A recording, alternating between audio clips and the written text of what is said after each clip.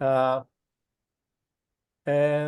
we've been working on a software tool that helps product and project managers automate their work. But, you know, we always wanted to be not only a tool, but a place where people gather and learn. And that's how we started running these meetings. And today we are super excited to have Mike Stuedemann to share his insights on project managers and product managers in today's AI world. Later on, Mike, I will have like the first question for you about it. But while we still have people joining in, maybe someone wants to step in and introduce themselves.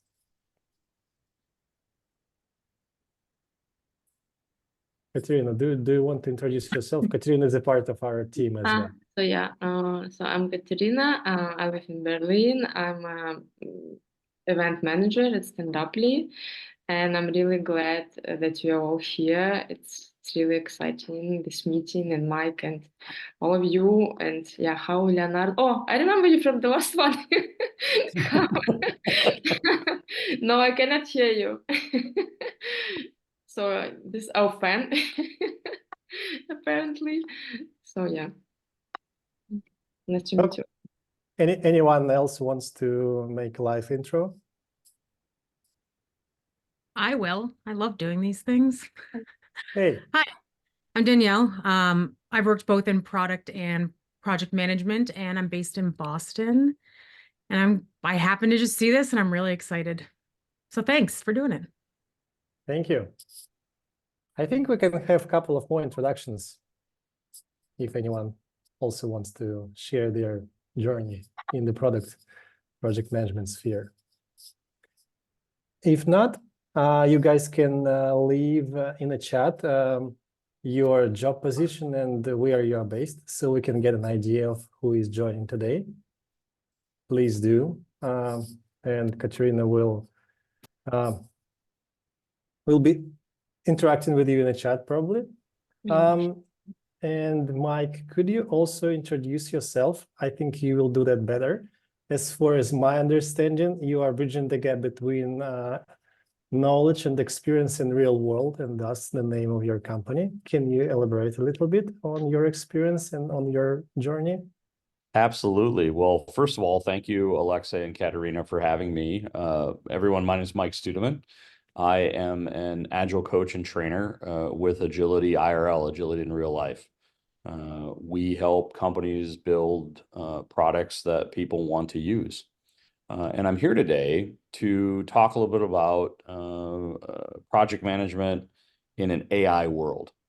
So let me go ahead and bring up my presentation here. And while I'm doing so, a little bit about me and my background. I've been in information technology, product development, 20 plus years. I've held a number of different roles. I've been an analyst. I've been a developer. If you ever have to support my code, I apologize. Been a project manager in a traditional sense. Been a functional manager in a large organization, think 50,000 people worldwide. Been a functional manager in a small organization. So very, very passionate about product development, very, very passionate about new technology and how new technology can help solve business problems. So today, I wanted to talk to you a little bit about project management in an AI world. And in doing so, I want to start out with a little working together agreement. So all good teams have a working together agreement. A working together agreement is how we agree to behave when we are in team together. So I thought we'd have a proposed working together agreement for us here during this presentation.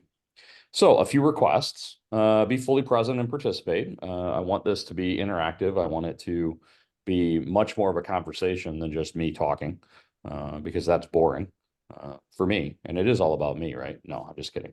I want it to be interactive for all of us. Be open to new perspectives. We're going to be talking about a lot of ideas, your view of where artificial intelligence is going. They might challenge some of your long-held beliefs about product development. I'm not asking you to accept those ideas at face value. In fact, I'd be disappointed if you did. But I do want you to be open to those perspectives.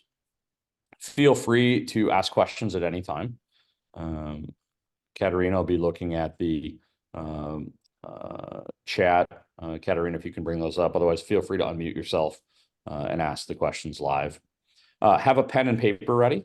We're going to be doing a few activities where it might be valuable for you to write down some information and capture your thoughts.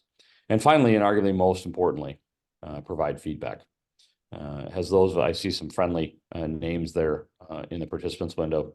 As those of you that have been through one of my classes know, I've yet to teach the perfect class. And when I do, it's all downhill from there, right? I'll quit because I'll have achieved perfection. So that is the proposed working together agreement for today. So before we lay out how I'm going to attack this very challenging topic of artificial intelligence and project management, I want to do a little level setting with you as a group. Okay? So I'm going to give us 2 minutes here to do this little connection activity. I'm going to give you 2 minutes. In that 2 minutes, I want you to think about artificial intelligence. Specifically, I want you to write down at least 3 things you know or think you know about artificial intelligence. Some questions to kind of get you started here. First, what is artificial intelligence? Can you define it? 2, what impact do you think it will have on project management? How do you think project management is going to shift? And third, and arguably most importantly, what do you want to learn in this session? And what's your goal out of our hour and a half together? So I'm going to give you about 2 minutes. I'll leave the slide up here. I'm going to give you about 2 minutes to write these topics, your answers to these topics down. When that 2 minutes expires, I want you to be ready to share some of your goals for our session today with the group. So let me bring up a timer here. 2 minutes on the clock. That 2 minutes begins now. Good luck.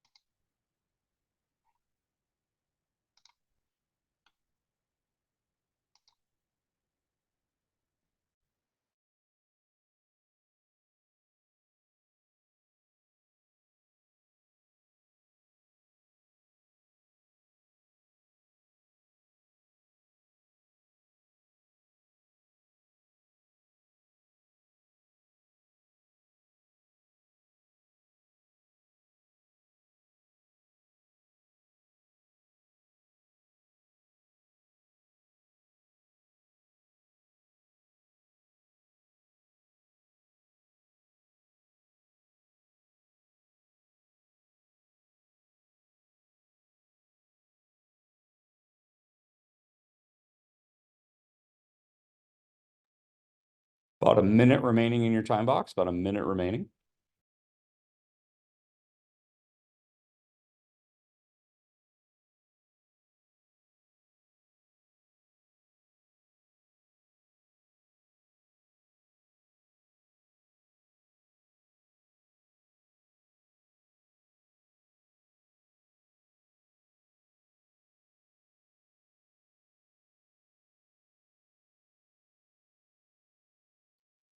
About 30 seconds.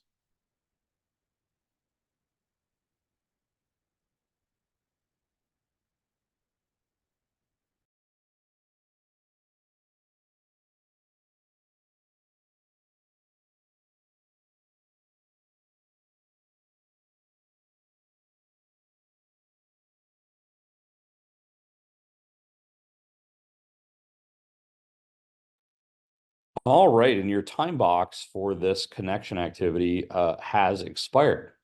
So I'm interested to hear from some of our group here, and as Katerina put out in the chat, feel free to turn on your camera. But I'm interested to hear some of your goals for our time together today. What are you hoping to learn? What are you hoping to take away from this session? Would anyone like to share their goal? I can do, even though I'm organizing this session. Beyond that, I would be interested to learn how I, as a manager, could be more effective at work today with using AI tools and methods? More effective. Yeah, I think we're all looking for that. Yeah, we're all looking for that. Yeah, Derek put in the chat, outside perspective around AI as it relates to the PM skill. Thank you for keeping the bar low, Derek. I appreciate that. We'll cover that, but stick around for the rest of the session. Yeah, I think I'll start with the basics. How to get started, right? We know How what to it get is. started. Yeah, but like, how do you get started? Absolutely. Yeah, we're going to go over a number of the foundational elements of AI here briefly.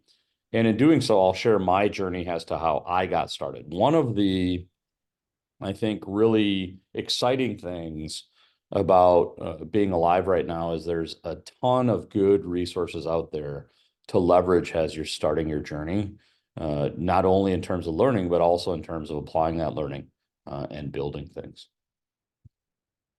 Good. Matt had learned more about what project management with AI means. Other goals. Hi, everybody. I'm Olga. Sorry for joining late. No worries, Olga. One of the things I'd like to get out of today's session is to learn how to apply AI tools in product management.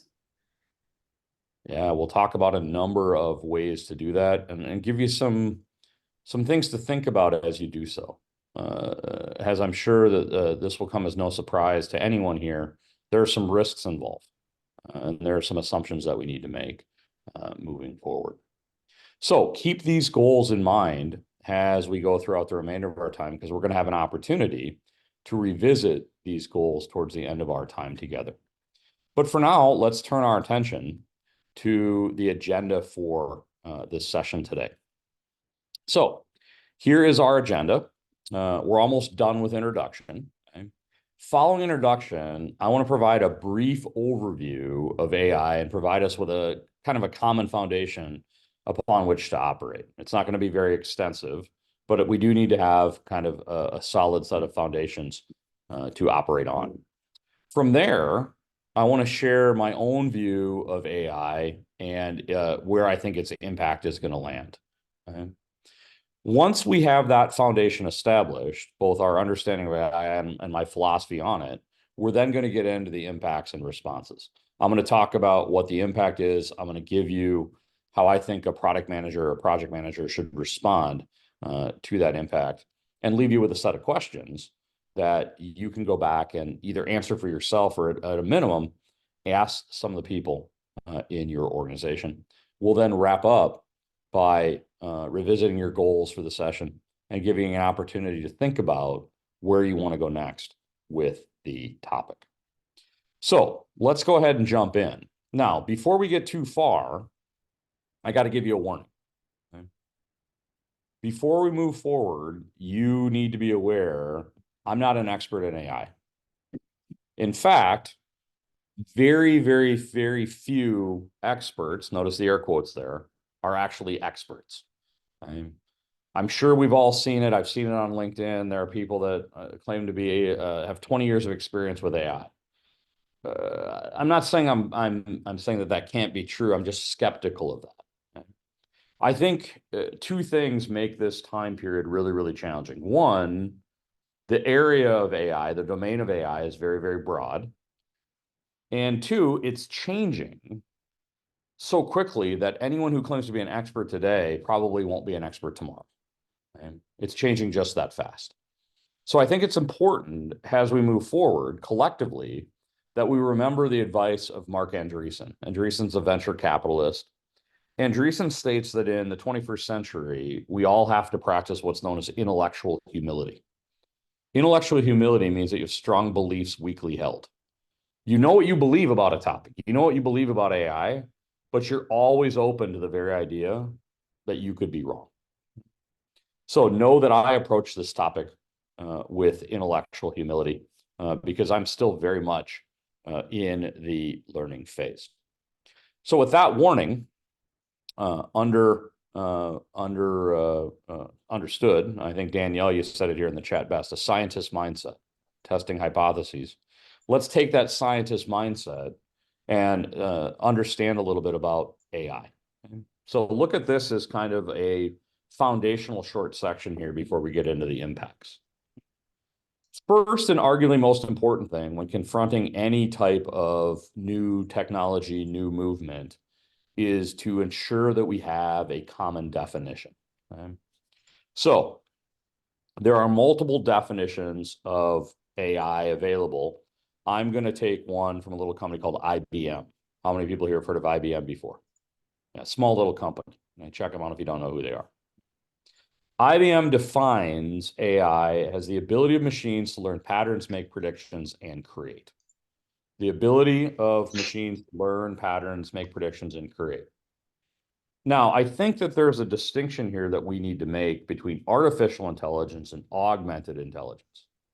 Augmented intelligence has been around, well, both artificial intelligence and augmented intelligence has been around for years. I think oftentimes we confuse the two, though. Augmented intelligence is intelligence that helps humans with tasks that are difficult, if not impossible, for humans to actually do.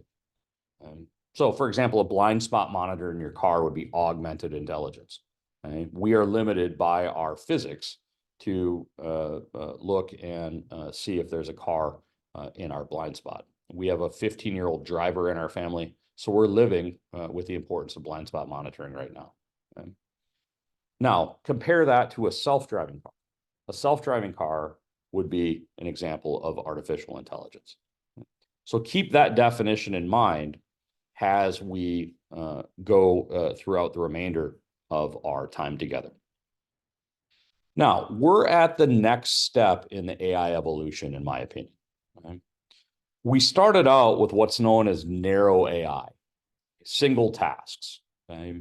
Examples of narrow AI are things like autocomplete on your email or Google Map prompts. Has anyone here ever gotten a Google Map prompt? Hey, it's 30 minutes to home. Okay? That's narrow AI. We're now moving into what's commonly referred to as general AI or broad AI. In general or broad AI, we're starting to see artificial intelligence act like a human. Not be a human, okay, but act like a human. The reason that we moved into this space is we were finally able to surmount the challenge needed in terms of computing power. Okay? So an increase in computing power coupled with being able to do that at a reasonable cost allowed us to move into the general AI space. So you might recognize tools like ChatGPT. You might recognize tools like Claude in this space. Of course, the next predicted evolution is super AI. How many people here have ever seen Iron Man? Super AI is Jarvis. Okay? Jarvis is a bet you didn't think we'd be talking about Iron Man today, but here we are. Super AI is where AI surpasses human capabilities. Okay? Now, there's much debate about when we'll actually arrive at super AI within the space. Okay? The latest information that I read is one prediction was that we move into that space sometime in the year 2050. Now, I don't know about you, but I've been around enough technology revolutions to take any prediction about the future with a bit of a grain of salt. You have to remember the words of that immortal philosopher, Yogi Berra, the great American baseball player, who was quoted as saying, "Predictions are difficult to make, especially about the future." So I offer this to you because a lot of people are getting very, very excited, very, very concerned about making that next jump to super AI. I think it's right to be concerned, but I think we have a long way to go from a technology perspective to even make that a reality. Now, the whole reason that we were able to get here is because of a jump in computing power at a reasonable cost. Okay? Where AI makes its money, or provides its benefit, if you will, is that it's able to process data that's known as unstructured or semi-structured data. For most of computing history, we operated in structured data, a spreadsheet. We were in the era of tabulation, as it's known. Tabulation is those simple if-then-else type processing that we commonly have computers do. The whole benefit of AI is that we can feed AI unstructured data, comments off of websites, voice recordings of webinars, voice recordings of customer service calls. And we can feed that, and that AI engine will take that dark data as it's known, and it will make observations. It will make predictions. It will create things based upon the patterns that it finds within that data. So let's look at how this works at a high level. And I can't emphasize enough, this is a very, very simplistic overview of AI, a very high-level overview of AI. So a grossly oversimplified view of AI is found here on page 10 in our presentation. We're going to start any sort of AI experience by feeding our AI engine what's called a corpus. Okay? A corpus is simply another name for a bunch of data. Okay? You can see it could be files, it could be internet data, it could be data from physical reports. That corpus is going to be passed in to what's called a large learning model, which contain neural networks. Neural networks are named as such because they mimic how the human brain processes. That's why I have the picture of the brain there. Though as the corpus is fed in, that model is learning about the data that's fed into it.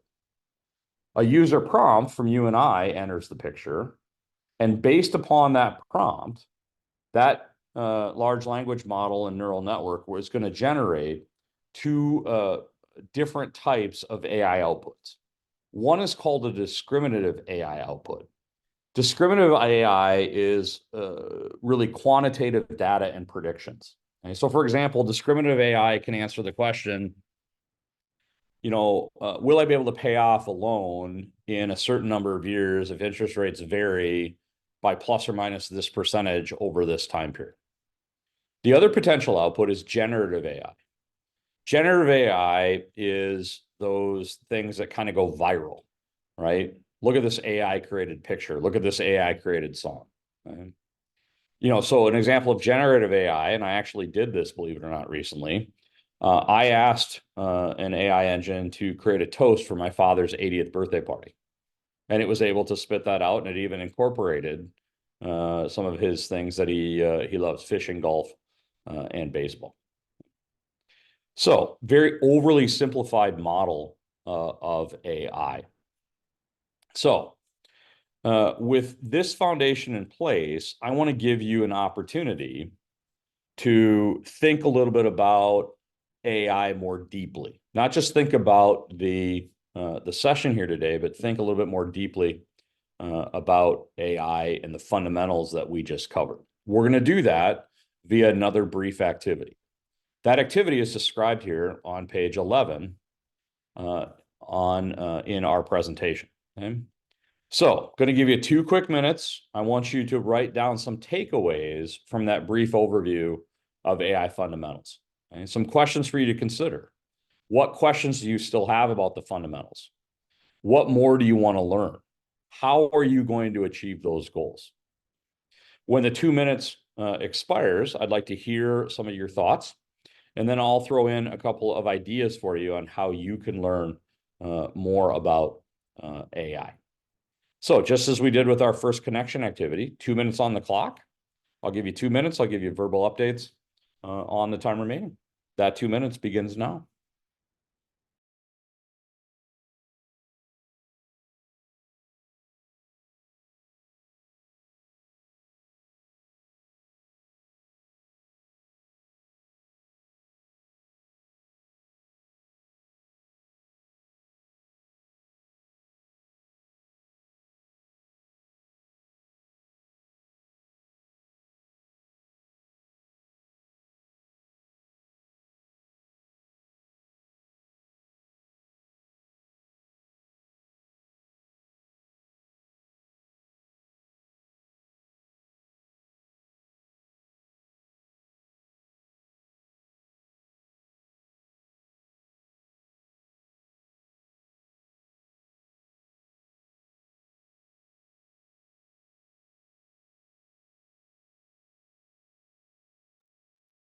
About a minute remaining.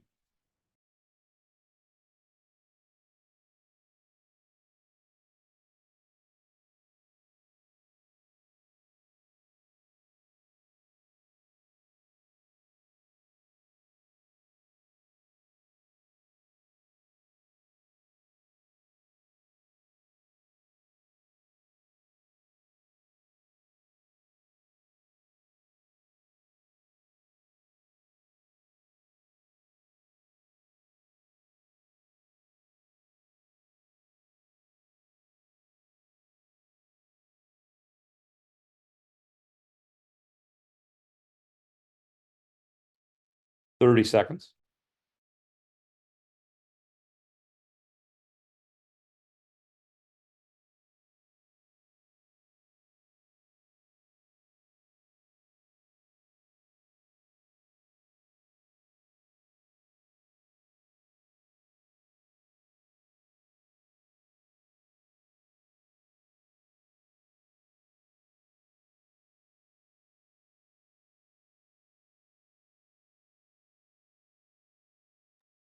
All right, so the time box for that brief activity has expired. So I'm curious, what are some of your takeaways? What are some of your goals in terms of learning more, and how can you meet them?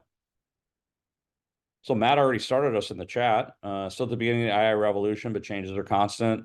Different things in context, generative AI, absolutely, Matt. Learn more about inferencing versus model development. Yeah. I think learning more is, it sounds cliche, but we have to learn more in this space. Right? Let me give you a couple of recommendations here right off the bat. IBM has a free 10-hour course on the fundamentals of AI. How many people here, by a show of hands, like free? I love free. I have kids. Okay? And it's a really good course. It's up to date. They have data scientists that lead videos, very interactive, very good course. Stanford University has another free course on AI. Northwestern University has another course on AI. So at a minimum, and I hope you take a lot more away from our time together today, but at a minimum, you need to start educating yourself. Now, Alexey raises a good question here in the chat. What are the tasks that work AI is capable of doing better than a human besides writing? Outstanding question. I'll give you the consulting answer, which is it depends. It depends, but it's getting better. Right? One of the things that we're going to have to be with this technology is we're going to have to be patient. We're going to have to be patient. Yeah, I like Michael's comment here. Anything with classification, classifying data, AI is really good at. Okay? Being able to synthesize data, make quantitative predictions on data, pretty good. Okay? Where it's not so good yet is nuance. Okay? For example, you might get data out of an AI engine that is expressed as a fact, but is really a probability. It was really a confidence interval. Yeah, how to stay ahead of obsolescence as AI develops and become more capable? We're going to talk a little bit about that, Mike. Can we get addicted to AI? Yeah, that's Katerina, that's a pretty deep question here for a Wednesday.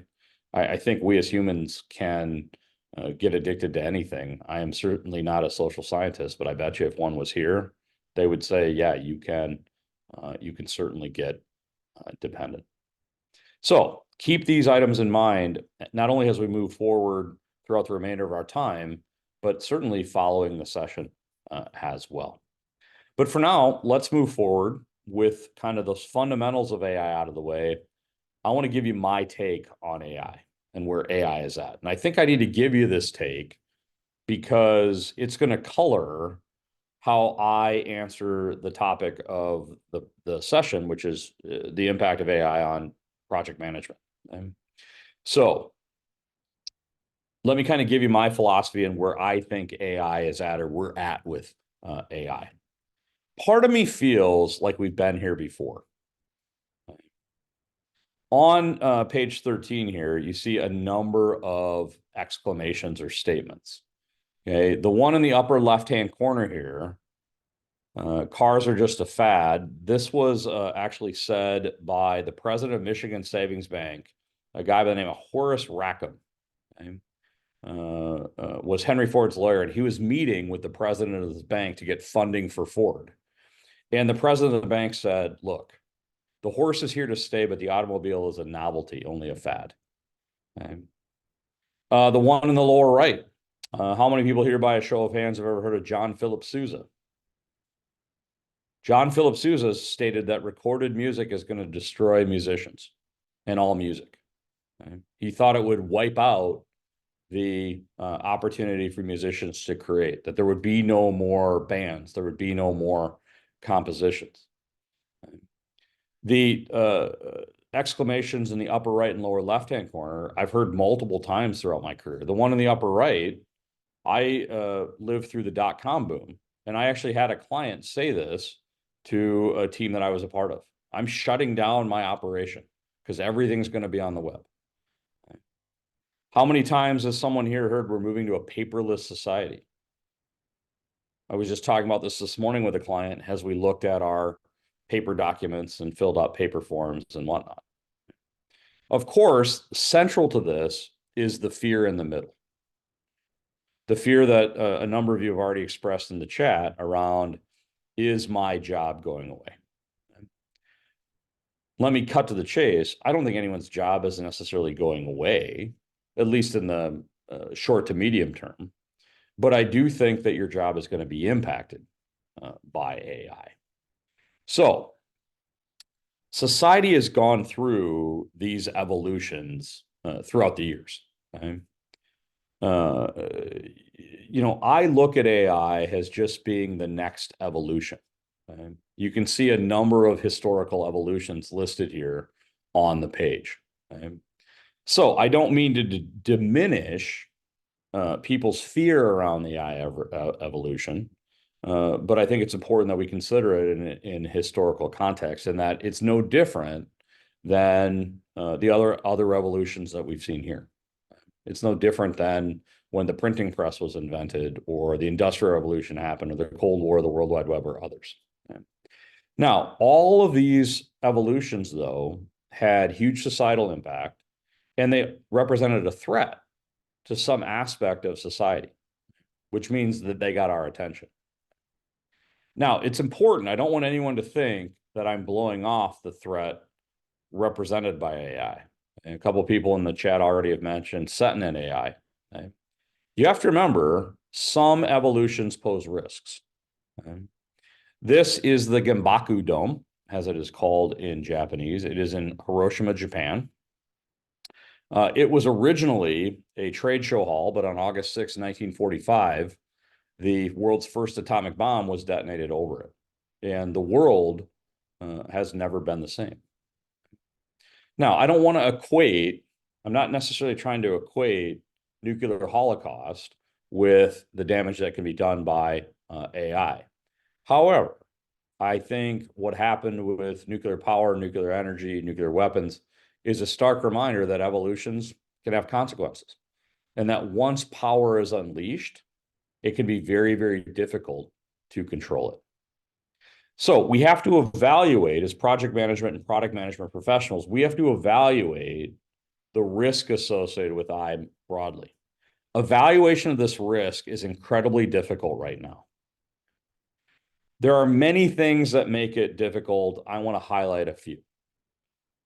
First is the impact of ChatGPT. How many people here have heard of ChatGPT before? Okay. ChatGPT, or more importantly, its marketing, has brought AI into everyday conversation. Okay. My 80-year-old father, my 75-year-old mother, they talk about ChatGPT, and they are not technologists. Okay. That means you're getting a lot of volume of conversation. The second thing that makes the evaluation, nobody's really figured out how to make money yet off of AI. Okay? So even the big technology companies, okay? Even the big technology companies are talking about AI, but they're not able to pull out how much money they're making off the technology yet. They're not able to tie their efforts at AI to some set of revenue. So in fact, to just show you how quickly things change, I was reading a newsletter this morning from on personal finance. And somebody said that 2023 was talking about AI. 2024 in the market is talking about how AI is going to make us money. We're also in what Emily Stewart of Business Insider refers to as the age of AI BS. BS is not a technical term. Okay? If you don't know what BS is, see me after the session and I can educate you on it. There are a ton of companies and organizations out there engaging in what she calls AI washing, where they're tacking AI on to various products, they're tacking it on to various initiatives when it really doesn't have anything to do with AI. To give you an idea, this is a stat that Stuart referred to in an article. She said that Goldman Sachs noted that 36% of Fortune 500 companies mentioned AI during their Q4 2023 earnings calls. Okay? They're just bringing it up out of nowhere. Okay? So while some of the movement is real, a lot of this is just people tacking AI onto an existing project, an existing product, and saying, look, we're now doing AI. Now, of course, all of those things make evaluation of our risk here difficult, but making even more risk is you have AI pundits that are out there saying, you know, the sky is falling, we're going to be replaced, there's going to be sentient AI who's going to take over, launch nuclear weapons, those types of things, and couple that with just the pace of technology, the pace of learning that's going on. So evaluating the risk is a very, very hard thing to do. So let me tell you where I stand. If we look at the continuum between apathy, everything is fine, and oh my God, the sky is falling, I take a slightly positive view of AI right now. Are there risks involved? Yes, there are real risks. There are earth-shattering risks that, if realized, could wipe out society. That said, I'm not on the sky is falling bandwagon. Is it possible that we could get there? Yes, I think that those developments are further out. I also think that we're going to have some technology barriers to get over there even before we get there. In fact, I read one piece of literature by a Google deep data scientist who said that he's not necessarily, he goes, I'm not necessarily sure that we're not going to run into another computing power limitation, that we're going to go into what was once called an AI winter, where we just can't process any more data at that point. So that's where I stand. I view it as generally positive. I think that a lot of the scenarios that you see are clickbait. I think it's to get conversation. But I do believe that it's incumbent upon us as leaders to learn about this and to start thinking about how implementing AI is going to help us in our job. Of course, what I believe is less important, in my opinion, than what you believe. So I want to give you an opportunity to talk with some of your colleagues here, okay, about where you think AI is at. We're going to do that via a brief breakout discussion. That discussion is described here on page 18. So I'm going to give you 7 minutes. I'm going to mix you up into some breakout rooms here. You get an opportunity to work with some other people. In your breakout rooms, I want you to consider the following questions. And what I'll do is I'll put these questions out in the chat so that you can refer to them here. So what I want you to do is consider the following. What's a change that you've experienced personally whose impact was overestimated? What's one that was underestimated? What's your position on artificial intelligence based on this experience? And how does that kind of color your experience with this next evolutionary change? And then how are you going to evaluate artificial intelligence moving forward given the pace of change in the space. So a little group activity here. I'm going to stop sharing the workbook, and out in the chat, I will place those questions. So someone's going to want to grab this screenshot here before I send you to the breakout rooms. Going to give you 7 minutes then to discuss that. We'll come back. We'll do a brief discussion as a group before we move forward. Any questions or concerns before I open up the breakout rooms? If not, 7 minutes on the clock. We'll see you in 7. Breakout rooms have opened. Have fun.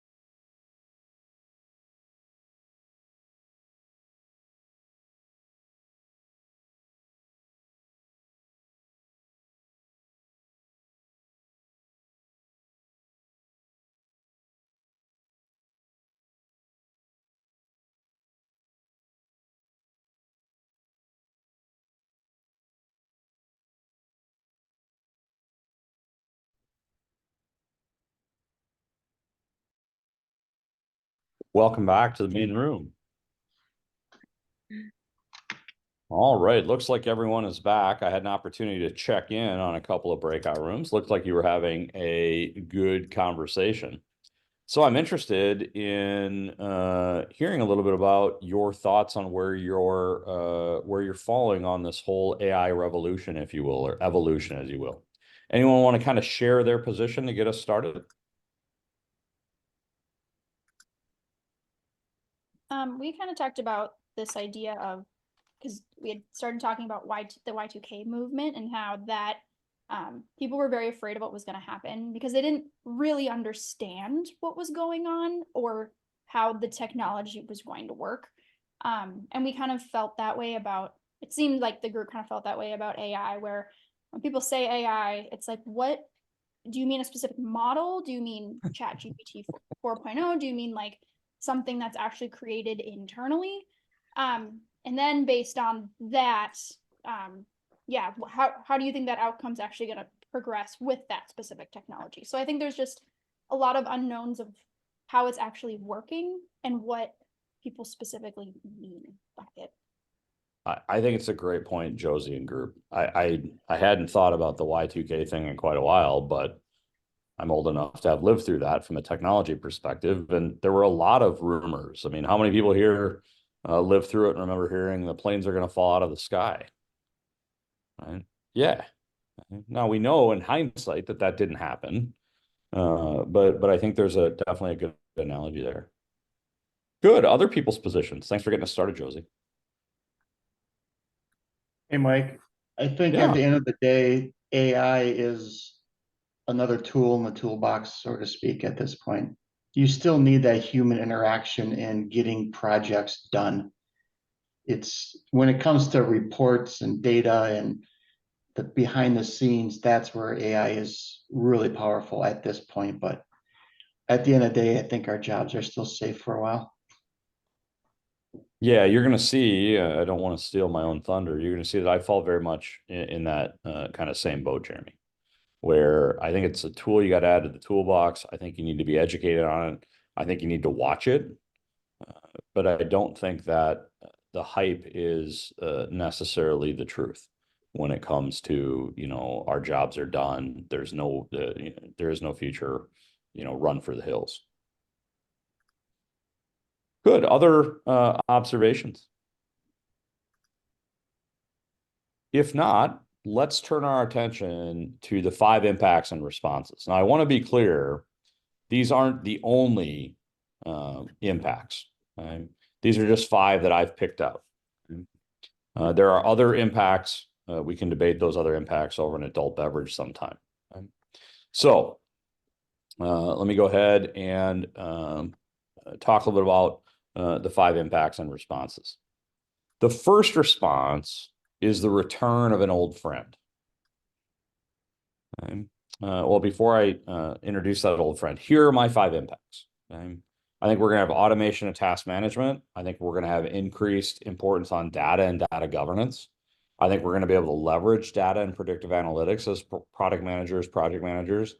I think we're going to have increased importance on business acumen, being able to tell the story, and importance of quote unquote soft skills. And I put those in quotes because I think that while they're oftentimes labeled as soft skills, they're ultimately maybe more important than those hard skills because they're very, very difficult to acquire. So let's meet that old friend.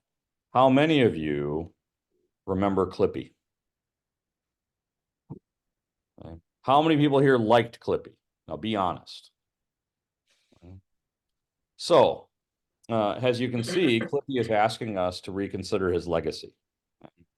The reason I think Clippy's right in this regard, and by the way, I hated Clippy. I couldn't stand Clippy.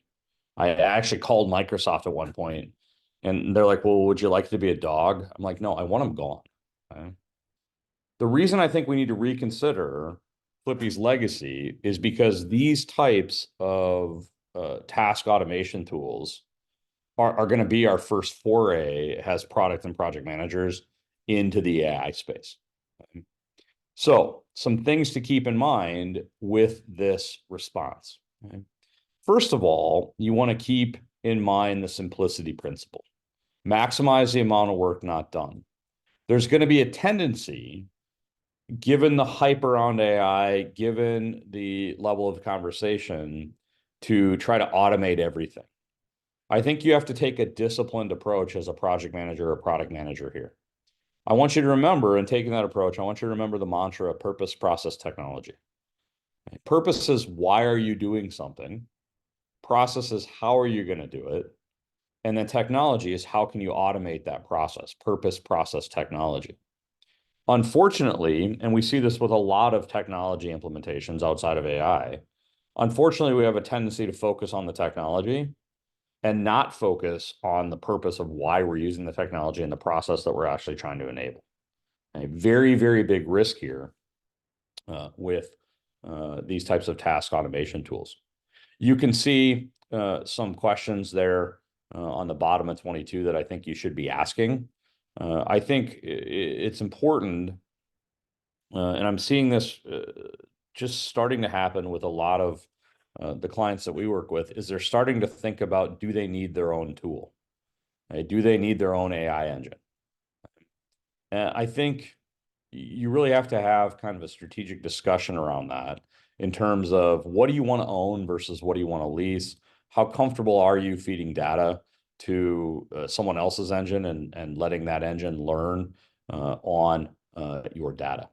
And I don't have a definitive answer there. I think it's going to be a decision that's made on a case-by-case basis. But I do think that you need to think about it. Now, you'll notice the subtle plug for our friends at Standuply here with their logo, because this is the space that they're in. Now, Alexey and Katerina, you need to back me up on this. I have no economic involvement in Standuply. I didn't put this as my first impact because Standuply is sponsoring the webinar. I put it because I think those types of tools are going to be our first foray in to the space. Questions, comments on this impact? By the way, Alexey and Katerina, I am open to economic involvement, but we can talk about that after the presentation. So that's one impact. Next impact, the importance of data and data governance. Lot of deep sighs here, a lot of furrowing of brows, a lot of low-grade headaches here. In order to get value out of AI, you have to be feeding it data, and you have to govern your data as a product or project manager.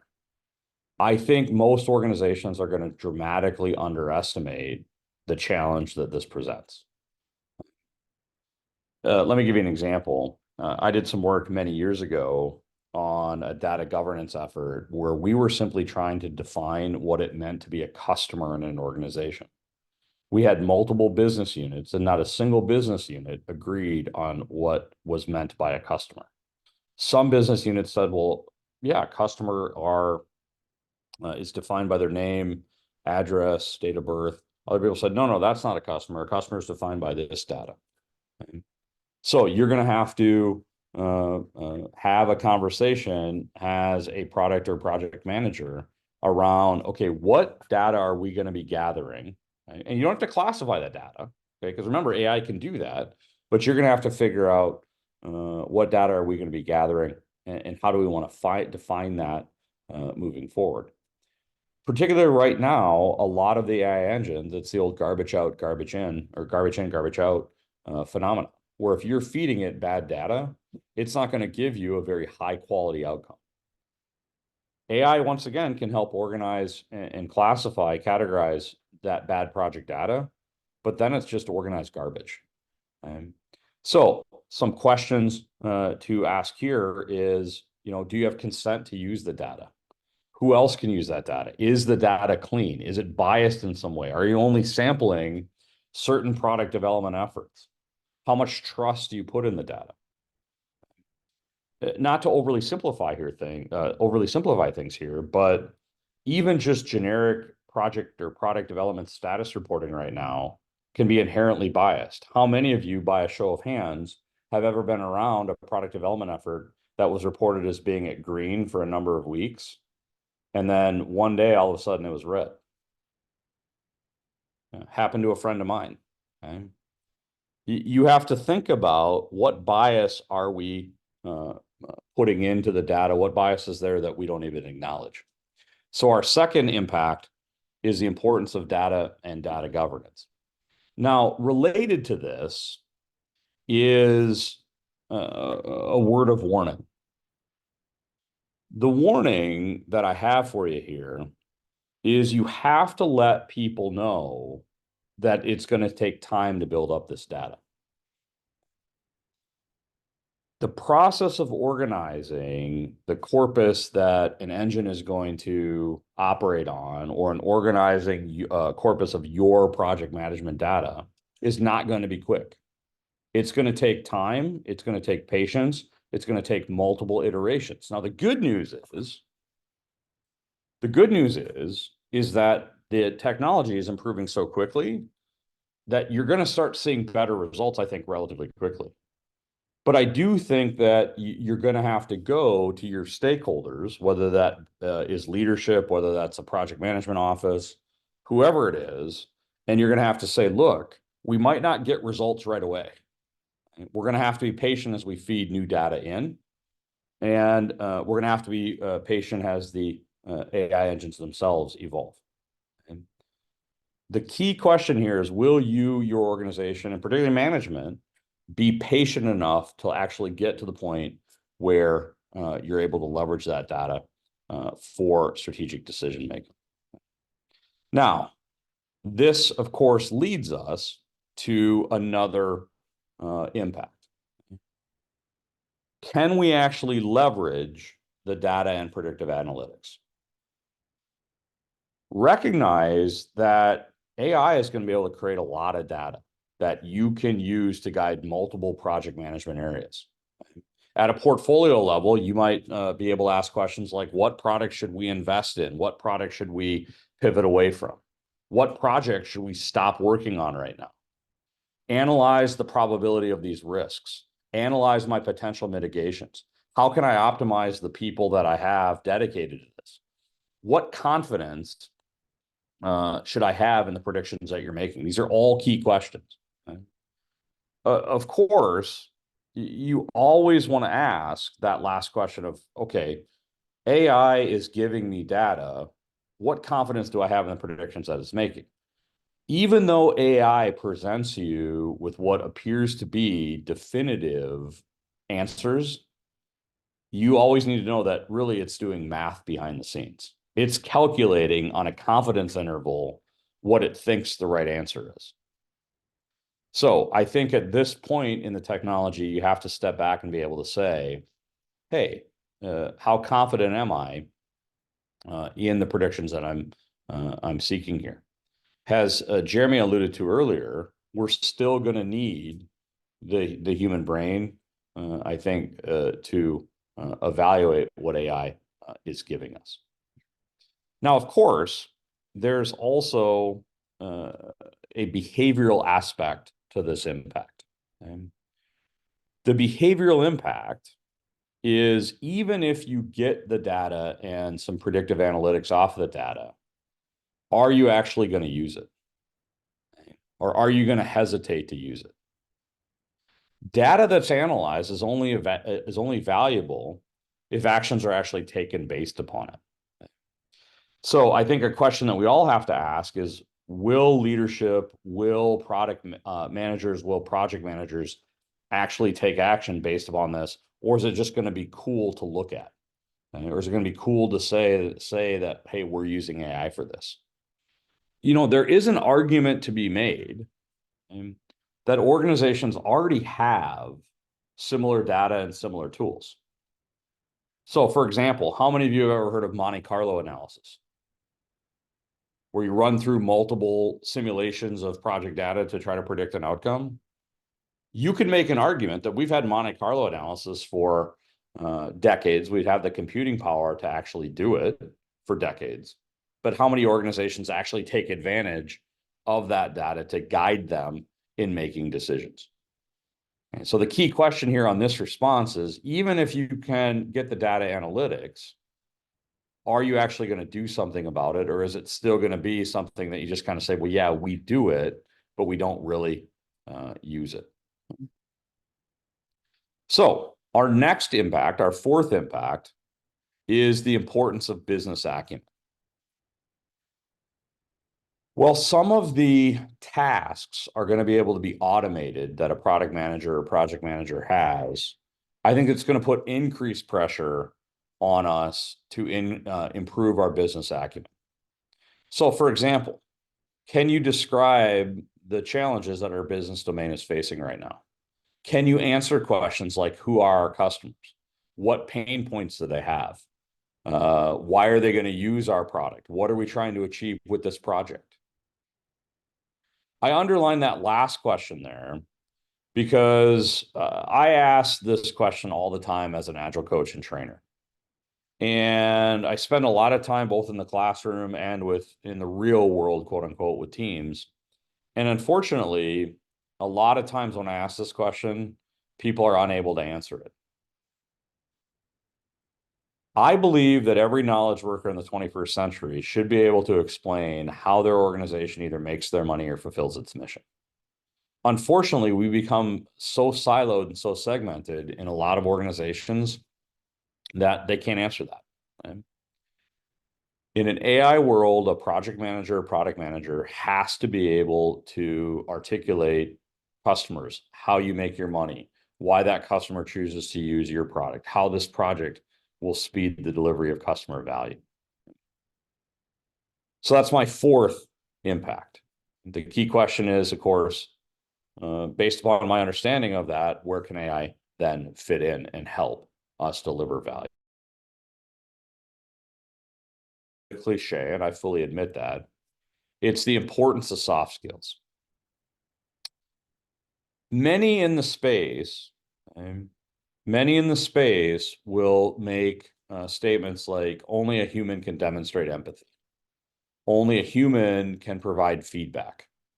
And I think to a certain extent right now, those statements are true. And I think they're going to be true for the short to medium term. Although AI bots are getting better at that.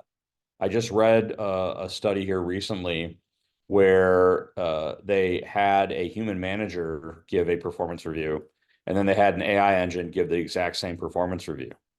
And the AI engine removed all bias. And the person receiving the performance review actually liked the AI review better than they liked the human review, because they knew that it was just operating on data, that there was no bias. So what does that mean? Well, as project managers and product managers, I would even go as far as to say all leaders, we need to increase the depth and breadth of our traditional soft skills. Can you tell a story? Think about how many evolutions human society has gone through, and storytelling is the thread that carries them all the way through. Right? When we went from spoken word to written word, so on and so forth, can you tell a story? Can you communicate? Can you demonstrate empathy? Can you demonstrate flexibility in your approach? Right? Can you continue to learn? So, through all the evolutions that we referenced earlier, our need as human beings to understand the story, tell the story, and tell others the story as our main context. I don't see that changing as we move forward. I'm a huge Mark Twain fan, and I found this quote a while back, and I think it's an epitome of what can happen with AI. The difference between lightning and lightning bud's only one word. Right? AI can oftentimes make that exact same mistake. So those are the impacts as I see them. Let's go ahead and move to our conclusion. We're going to do that conclusion once again in a kind of a small group format. Okay? So I'm going to give you 5 minutes, and I'll mix up the breakout rooms again so you get an opportunity to talk and meet with some other people. In that 5 minutes, I want you to consider the following. Okay?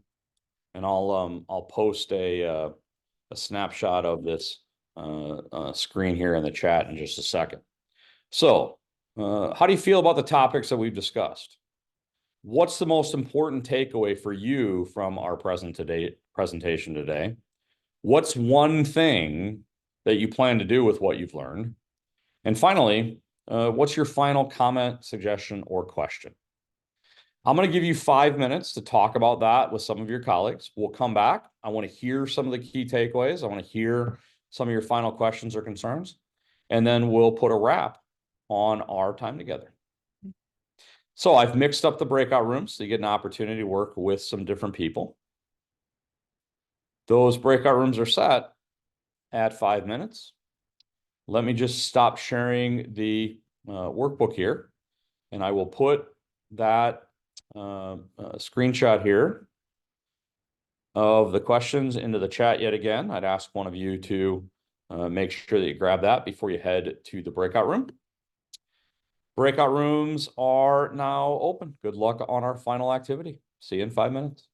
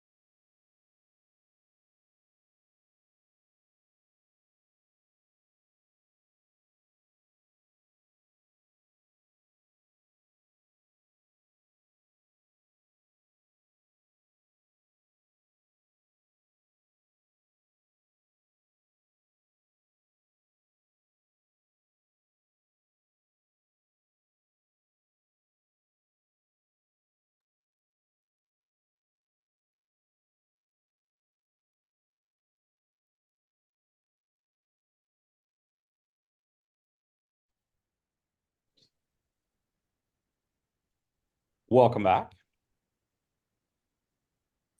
We're just waiting for everyone to reconnect here to the main room. Give it just a couple more seconds here. It always takes a little while for everyone to reconnect. So I'm curious, what are you taking away? What are some of the concepts? What practices do you want to explore moving forward? Any final questions, comments, or concerns about the topic? Anyone want to get us started? Mike, I can get us started. Yeah, Jeremy. As far as a comment or question, to me, the whole AI thing feels very similar to like the adoption of Agile, and people were just, it being risky of going from the waterfall to the Agile, where the feeling that risk, the uncertainty, it feels similar, just like Y2K was, right? It's the uncharted waters. What am I getting into? It just, it I feels. think there's, yeah, I think there's an analogy there to be had, Jeremy. It does. One comment I will make is it seems like, and I'd be interested to talk to people that are older than me and kind of look back at history, but it seems like these kind of large evolutions, if you will, are coming with greater frequency. But maybe they're not. I mean, my grandmother, who's been deceased now for almost 20 years, lived to almost be 101 years old. She saw the advent of the airplane. And she talked about how when the airplane came, it was a big, people are like, whoa, whoa, whoa, flying? That doesn't sound too safe. What will that lead to? And now we fly, people fly, thousands of people fly every day.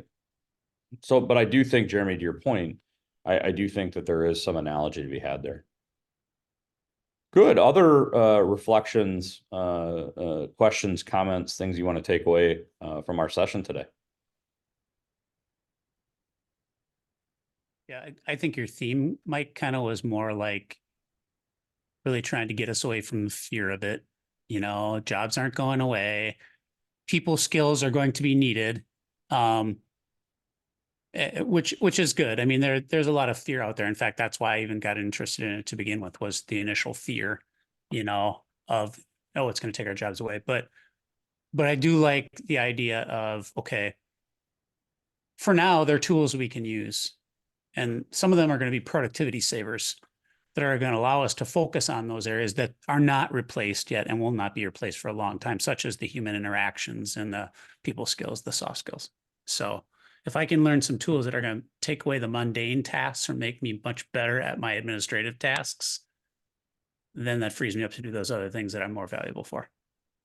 Yeah, where you truly need, Dean, your human brain to be focused on those areas and can kind of get rid of the noise of some of the other stuff. Yeah.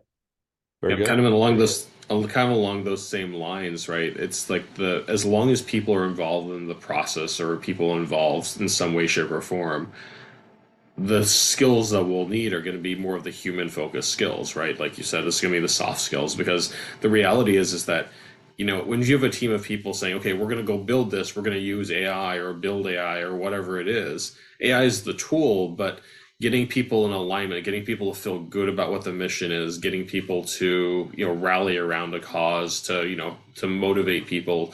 Those are things that AIs can't do. No one's going to say, hey, yay, the AI is like getting us all excited. I mean, it's not for the sake of that. It's just not the way it's going to work. I mean, I think it'd be a sad day if people just huddle around a screen and wait for an AI to tell us what to do. That's kind of that's a scarier proposition, but that's also a completely different conversation. So the soft skills, I think, are going to be important. Yeah, and to your point, Mike, and I think this ties back to what Dean was saying a little bit. Because there's so much buzz out there, you can find articles that predict that. But I mean, we could go online right now and find, hundreds, if not thousands of articles that predict that. There's a long way for us to get there. And I don't mean to near the end of our time together on a dark note, but the likelihood of anyone on this call being alive when we get to that point, pretty low. I mean, I like to live for a long time, but I just don't think we're going to get to that point in our lifetime. So I think in the near term, we have to focus more on hey, how can we use this as a tool, and how can we keep focused on that human element. Good. Other takeaways? If not, I'd love to get your feedback on the talk. I put a little SurveyMonkey link out there in the chat. Fill that out. In terms of, wrapping up, I would really challenge all of you to go out and start your own self-study. As I said, I mentioned earlier in the talk, Stanford, Northwestern, IBM all have really high quality classes. The IBM one is free. I think the Stanford one is free. I think Northwestern charges, but there might be a free version out there as well. MIT has one. The biggest thing you can do right now to help you and your teams is get educated and kind of tap down, by getting educated, tap down some of that fear that exists within the space. I want to thank Katerina and Alexey for hosting. Of course, if you ever want to check us out at Agility IRL, here's some more information about us. Any final questions, comments, or concerns? So I have a quick question, Mike. Please. So what would you say to someone who is of the opinion that all AI projects are science projects, and therefore project management is not really even needed, that it's really research and development? Yeah, I would say I think you're painting the space with a very broad brush, and I think it needs a much finer point on it. Okay? I think that AI certainly has a scientific aspect to it, but I think it's kind of jumped the chasm from being a DARPA type project, for those of you that are familiar with DARPA, to being something that we're using every day. And in the spirit of full transparency, I will tell you that when I started working on this presentation, I started out by running the topic through a few AI engines just to see what they came up with. Now, did I use what they came up with? Maybe 30% of the structure, but a lot of it was, well, you're not really going in the direction that I want to take this. You're not going deep enough in this area. I need to build that out on my own. So, Dean, I would say you're painting a pretty broad brush there. I think you got to step back and maybe think about it in a little bit narrower way. Any other final questions or concerns? What do you think, how different this presentation will be in 1 year? 1 year. Alexey, it's a great question. I'm actually going to be giving it for another group here in 3 weeks. And the hard part about doing this, quite honestly, is the space is changing so fast, I had to stop reading. Because I was literally coming across things every day and I'm like, oh, I should change that. I should change that. So in a year, I think it'll be radically different. I think the fundamentals will be the same. I hope my philosophy evolves. Right now, I think it's, as I said, I'm generally positive on it. I think I'll be even more positive the more I learn. But I think the technology is just moving so fast that I think it'll be, completely different. I see. Then we have a chance to have you in 1 year with the same topic, just changing the. I would love years. to come back. It's been very interesting to me, and I encourage all of you to do this as well. The best way to learn about a topic is to go out and dig into it and then have to try to explain it to others. And in pulling together the presentation, I certainly learned a lot about myself, learned a lot about learning, and even my wife, who is always my first editor, said, I didn't realize that AI was doing this stuff. And I said, yeah, you're already using it. And Dean, to your point, she would be the first one to admit she's not a technologist. She has nothing to do. She works in another domain and is actually a little technology adverse between just us. I'll have to cut that out of the recording before I send it to Katerina. But she's a little technology adverse. But even she said, look, this is impacting me. All right. Well, it was great to meet all of you or see all of you again. I see a lot of friendly faces out there. I want to thank Alexey and Katerina once again for the opportunity. Thank you, Mike. That was Thank you, Mike. Thank you so much. Amazing session. amazing session. And Take care, everyone. thank you, everyone. Thank you. Bye. Thanks Thank all. you for coming.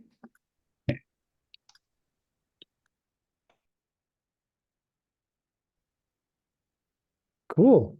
Cool. So I was still recording. Let's stop the recording and chat.